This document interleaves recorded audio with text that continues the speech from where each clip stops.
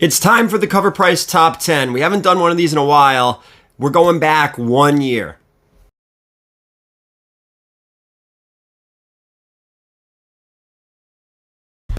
All right, guys, this is the Covrprice Top 10 video. We are going back 1 year. I know I have not done one of these in a while, but this is Covrprice week. What does that mean? It means I'm putting out 5 videos this week, one every day. And every day is a Covrprice Top 10. If you're new to these videos, what we do is we take a look at the top 10 from a year ago, compare the prices then to now, check the books out. Were they a boost? Were they a bust? If you're interested in Covrprice, it's a phenomenal tool for any comic collector. There is a discount code down below. I don't get anything for this discount code. This is literally just for you from Covrprice, okay? Nothing for me. But with that, I mean, there's a ton of stuff down there. We don't need to get into all of it. We're doing 5 of these videos this week. Let's get down to number 10.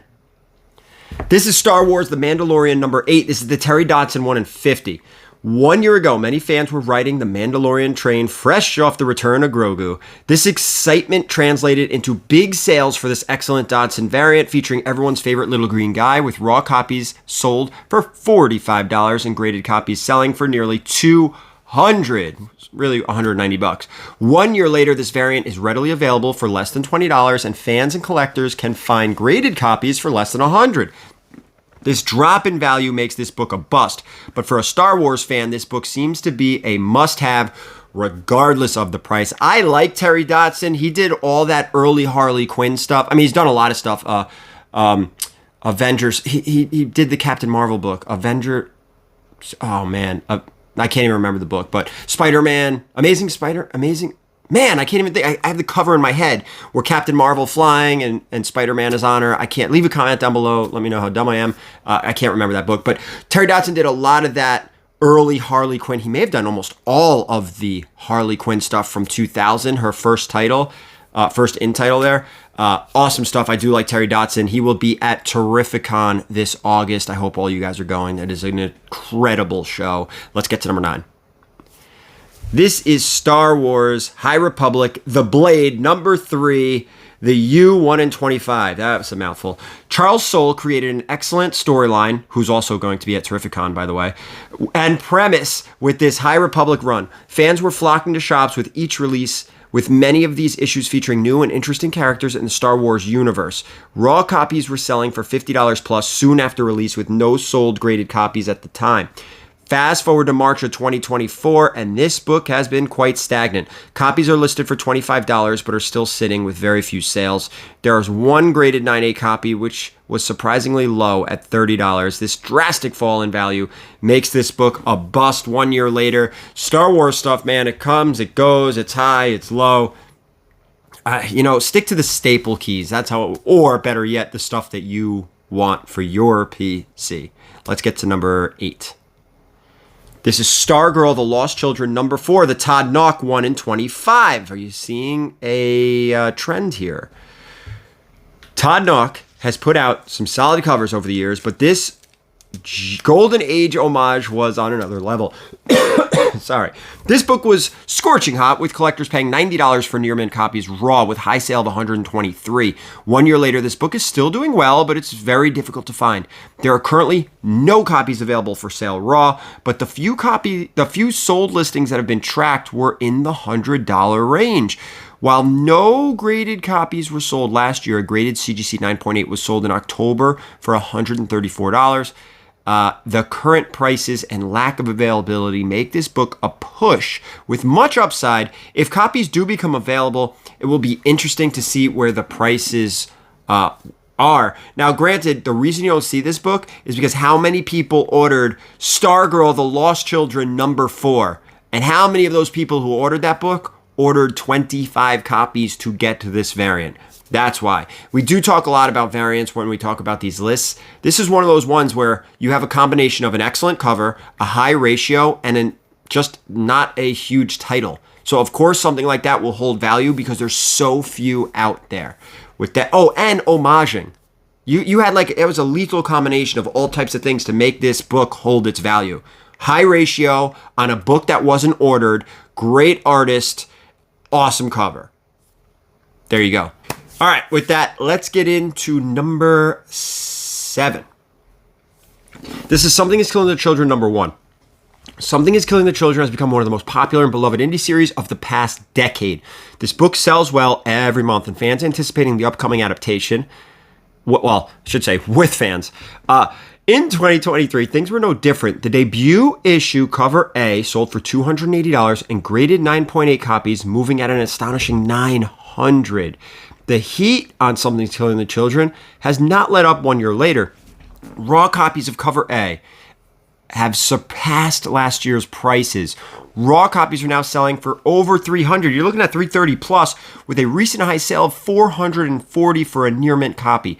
Surprisingly, there have been a few lower sales on graded 9.8 copies in the $500 range, but with the prices on raw copies trending up, it seems these graded copies are due for an upward trend as well. This book is a push based on the high raw but lower graded sales, but this can and most likely will be a boom once the first trailer arrives. We're seeing a trend over the past bunch of these videos where the raw copies of books, and I'm not just talking about this one, I mean in general, raw copies are trending up. Graded copies are trending down. One thing I'm thinking that could affect this is just how many graded copies of a book are out there versus how many high grade raw copies are out there. That could be affecting this, where a lot of collectors want to keep their books raw and they're outpacing the number of raw books, which is going to send the books up high. I don't know if I explained that well. Let's get to number 6. This is Something is Killing the Children, number 27, the Del Dara Comics Pro 2023 variant. The second Something is Killing the Children entry from 1 year ago was the excellent Comics Pro variant by Werther Deladera. I definitely am screwing that up. This book caught many collectors by surprise and was an immediate hit. Fans were paying $80 for raw copies at one time. Now, 1 year later, this book is now selling for $100 for raw copies. Graded copy 9.8 sold for $145 back in November. This variant continues to be sought after by Something is Killing the Children collectors, and the price increase makes this book a boom 1 year later. As said above, these prices may seem like a bargain once the show gets closer, especially if the show is good. If the trailer is good, people are happy. You never know. Let's get to number 5. This is Marvel Superhero Secret Wars, number 7. Last year, many fans were excited about the casting of Sydney Sweeney as Julia Carpenter, aka Spider-Woman, for the upcoming Madam Web film. Fans were seeking her first appearance in Secret Wars number 7, and prices were steady at $30 for raw, and a few 9.8 copies sold for around $300. 1 year later, Madam Web film arrived, and very few seem to have enjoyed it. The movie is all but forgotten, and that has left prices for raw copies below 20, 9.8 copies below 200.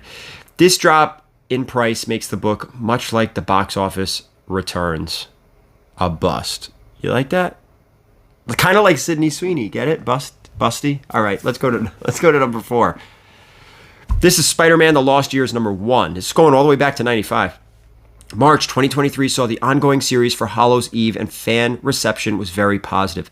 Many sought her first appearance as Janine Godby in Spider-Man: The Lost Years, number 1. Prices for this book had risen to nearly $30 for raw, and 9.8s were selling for about $250.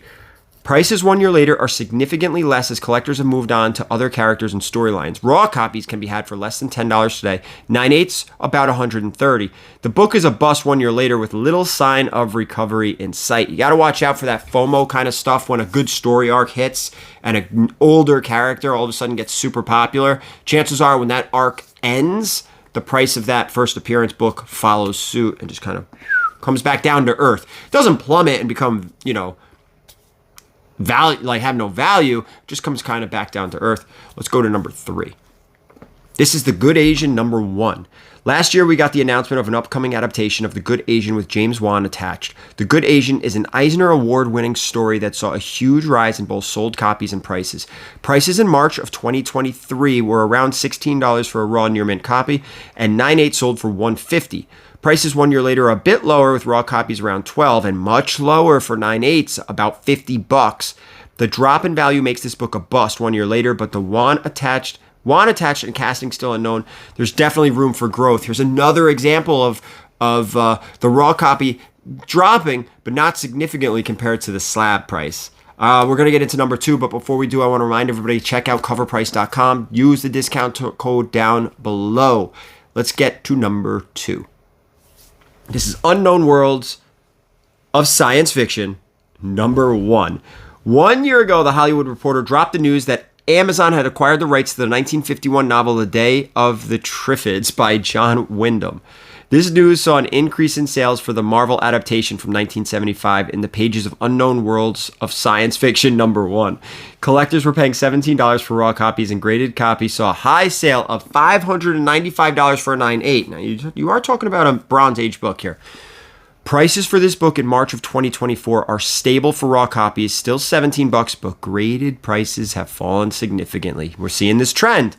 A graded CGC 9.8 recently sold for $290.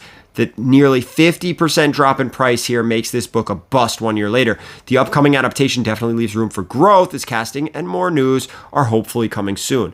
Again, you're seeing the slab prices of these books drop. Now, I think that just proves that the slab prices were inflated. I think they're coming back down to earth. I don't think they're going down and like are worthless, obviously, but they were just so inflated over the past few years that it's nice to kind of see them come back down. They're more affordable, and I think they're more of where they should be. With that, our final one for this 1 year later, we are going to look at our number 1.